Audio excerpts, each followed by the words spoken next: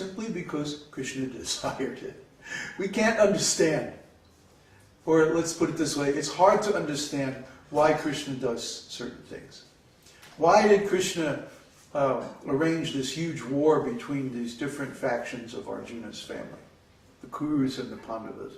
Why did Krishna arrange for his own family, the Yadu dynasty, to fight among themselves and destroy almost to the last man every single one?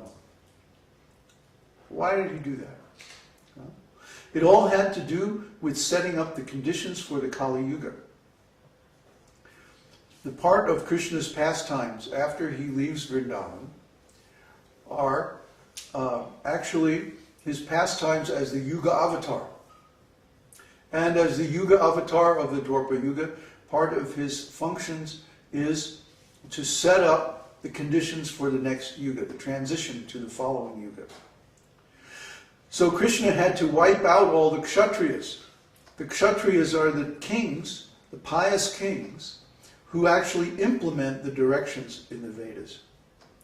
In Vedic society, there's a distinction between the Brahmanas and the Kshatriyas. The Brahmanas are those who know Brahman. Those who can see spirit directly. The self-realized souls. Right? They are the Brahmanas. But who are the Kshatriyas? The Kshatriyas are those who manage the human society. It's their job to control everything according to the instructions of the Brahmanas. And when a Kshatriya and a Brahmana get together and work together, you have a very powerful team.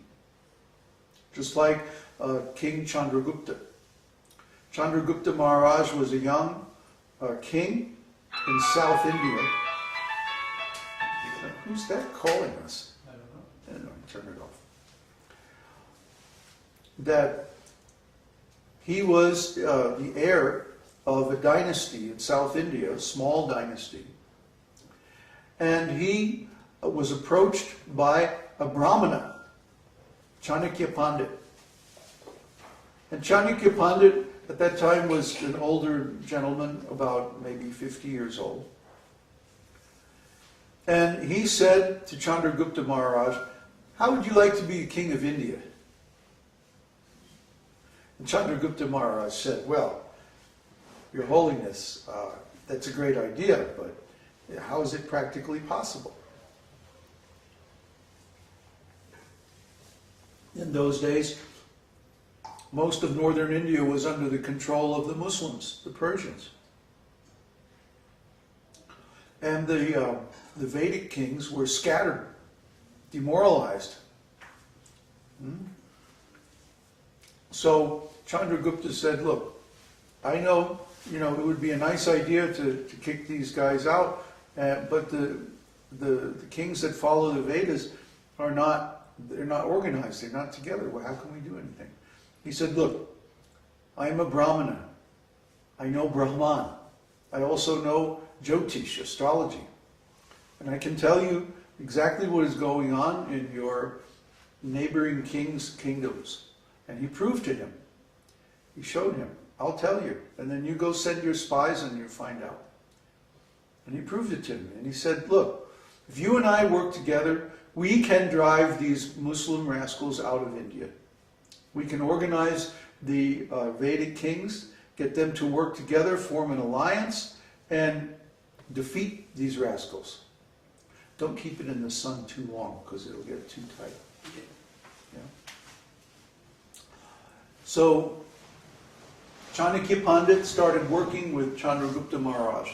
He started advising him in strategy. And by the advice of Chanakya Pandit, Chandragupta Maharaj was able to forge an alliance of the kings and kingdoms in South India. Based in South India, they attacked the Muslims in the north and they drove them out. And that was the first time in many, many years that India had been united. And it was all done by the partnership of a Brahmana and a Kshatriya. Similarly, we are at a place where now we have to fulfill this desire of Srila Prabhupada. to have these self-sufficient farm communities. We have to do this. Why? Because the previous materialistic economic system is falling apart. Just look at the headlines every day in the newspapers. It's happening right now. Don't try to tell yourself that, oh, this is just temporary. Listen, the stock market has already lost enough to parallel the crash of 1929. It already happened. Since the peak in, what was it, 2004, the stock market value has reduced by more than 40%. You look at the graph of 1929 crash, and you look at the graph of the crash since 2004, they exactly go in parallel. It's the same thing. It's history repeating itself. Another cycle.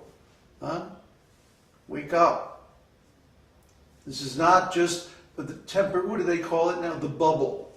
Oh, the dot-com bubble burst, and then the housing bubble burst. Well, what's the next bubble going to burst? The dollar? You see? How many banks have gone belly up and had to be acquired, either by other banks or by the government? Pretty soon, the U.S. government is going to be the biggest mortgage holder. If you default on your mortgage, it's not going to be the local sheriff that comes and evicts you. It's going to be federal troops. Mark my words. These days are coming. And the whole time, the corporate system is going to try to stay together. Look at General Motors and all these rascals. They weren't smart enough to switch to making electric cars and hybrid cars. And now they're losing. They're going to go bankrupt. Why should we bail those rascals out? They blew it. They suppressed the advanced technology that they had developed in their own labs or acquired from other inventors. They suppressed it, and they kept making gas-guzzling SUVs, and now they're almost bankrupt. So why should we bail these rascals out? Let the Japanese eat their lunch. So what? In the end, it doesn't matter, because we're running out of oil. So who's going to keep these generating plants going for all these electric cars? You're just taking the carbon sequestration and moving it from one industry to another. That's all. Come on, people, wake up. We're already past peak oil. Oil production worldwide is going down. Even if we exploit new drilling fields under the polar ice or off the coast of the U.S. or wherever they find them, that's still just less than 10% of the world production. So they're going to try to keep this oil-based economy going as long as possible.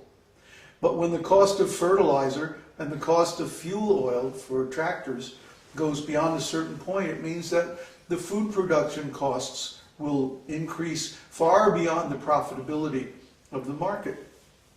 That means food costs are going to go out of sight next year.